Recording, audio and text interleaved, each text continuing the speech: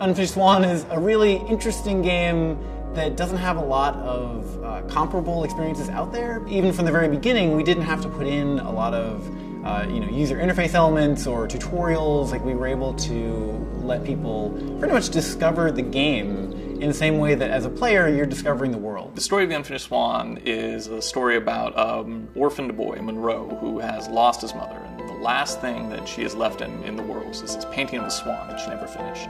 And one night the swan gets up out of the painting and wanders in this fantastic world. And Monroe follows the swan and in an attempt to catch it, an attempt to really hold on to the last thing he has of his mother's.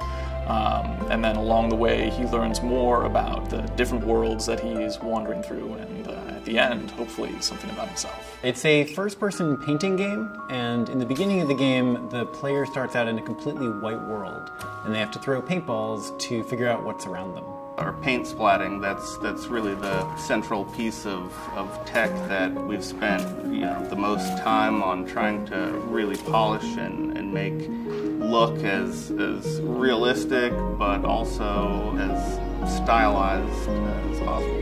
We got involved with Sony because they called us. We had shown the game in Tokyo at the Sense of Wonder Night in 2008, and they had seen, I think, a video of that online when the game was still a very early prototype. Initially, I was sent a YouTube video. I think I found it or was on a forum, and it was just kind of, it's chapter 1, which is the garden, and immediately I was like, this game is unbelievable. Like, we have to talk to Ian. We have to, figure out a way to get this game onto the PlayStation 3. Giant Sparrow was created essentially to make this game. It's been an interesting challenge working with the team on a project that we didn't necessarily know what it was going to be in the beginning. So I think we all knew that it was going to be this, black and white world in the very beginning of the game, but where it was going to go from there was pretty open. Being a small team, we work very closely together, and everybody has to wear a lot of different hats and have more different domain knowledge than you would in a larger team where you're more focused on just a very, very specific subset of things.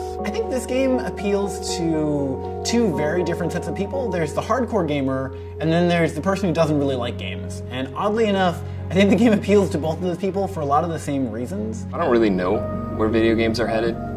All I know is that I hope that wherever they're headed, there's still places for games like the Unfinished Swan to exist, because I think they're fantastic and I think they grow the medium.